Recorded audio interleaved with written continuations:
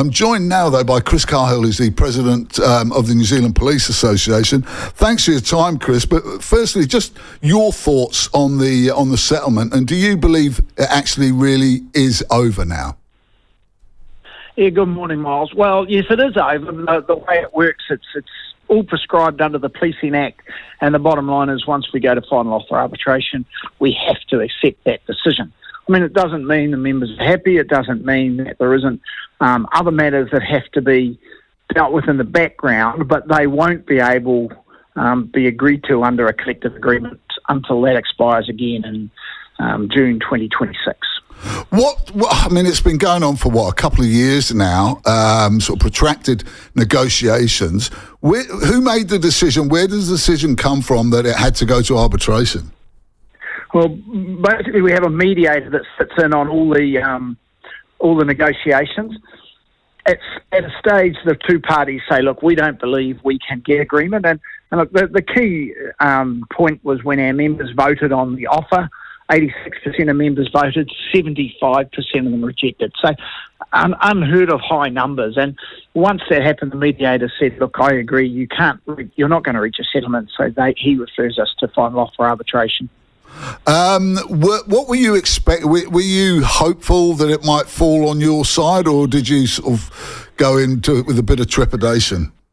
Yeah, look, we had some trepidation. Look, there's a couple of key things where we differed from police. The first was we believed that the deal should, for a starting point, meet the cost of living, so inflation, from the period when it took off. So the year when it went to 7.2%, we received about a 3.5% pay rise. Then we got the next year, it was 6%, we got a 3.5% pay rise. So we thought there needed to be some compensation to catch back up for that. And then obviously it's projected what inflation will be forward, which is a bit of a guessing game, shall we say. So we felt the police position fell short of that. The second issue is we believe there needed to be an uplift above that to reflect the change in policing over the last 10 to 15 years, which is much greater demand. So the things like the mental health demand, the family harm demands, which have all gone up 70%, the doubling of gang members, all the new gang legislation that's coming through, the complexity of most of the roles we do now, and also the increasing dangers. So we think there needed to be an uplift for that. The reality is the decision we've got doesn't meet CPI and certainly doesn't give an uplift for those other matters. Now, what about, I was just thinking, when you started, was the economic situation as bad as it is now? And would you have, I was just trying to think about the difference between 2 years ago and now. Does that make the offer or the final settlement even worse, as far, in real terms? Well, the inflation had hit when we started negotiating, and in fact, the fact that this deal now goes out beyond 2025, the last year could look attractive if inflation comes back. But it made it more difficult, but it also changed our position dramatically. We originally were negotiating a 2-year deal, and in April, police put a 3-year deal on the table. And that sort of changed our focus a bit. And that's one of the reasons we had to amend our position after final offer arbitration, because we had to factor in that inflation has been forecast to be lower. So we've sort of missed that catch-up period, you might say, for the high inflation years. Now, what's the initial reaction you've had from your members? Oh, they're not happy. They're very disappointed. And that's understandable. It's dragged on for such a long time. They've been really frustrated by the delay. I mean, we originally started talking about this with police in October 2022. So even though the collective didn't run out till July last year, we were talking about amendments to that way back in October 2022. So the frustration of the delay, and then obviously the fact that they don't believe it fully reflects the cost of living increase they've had. But I think more importantly, they feel they've fallen behind the likes of nurses and teachers who over the last sort of 10 years have had significant uplifts. They don't believe that police have been recognised for that. There's some real fundamental flaws in our pay system. One is that it takes a police officer, a constable, 21 years from when they start to get to the top of their pay band, where a nurse and teacher gets to there in about 7 years, and the top of the pay bands are pretty similar.